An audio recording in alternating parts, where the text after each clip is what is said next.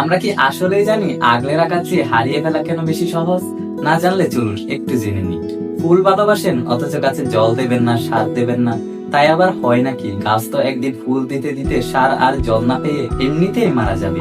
ঠিক তেমনি যে মানুষটা আপনার পাশে থাকার জন্য খুব চেষ্টা করছে, আপনার দুঃখ বুঝছে, আপনার চোখ মুছছে, নিজের সাথে আপোষ করেও আপনার জন্য সুখ খুঁজছে, বিপদের দিনে আপনার পাশে দাঁড়াচ্ছে, সেও চাই উল্টো দিক থেকে একই পরিমাণের চেষ্টা ফেরত পেতে।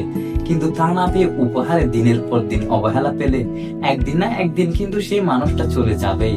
কারণ ভালো থাকার অধিকার তারও আছে, আত্মসম্মান বোধ তারও আছে। তখন তাকে দোষ দিয়ে কোনো লাভ নেই, তার চরিত্র বিচার করেও কোনো লাভ নেই।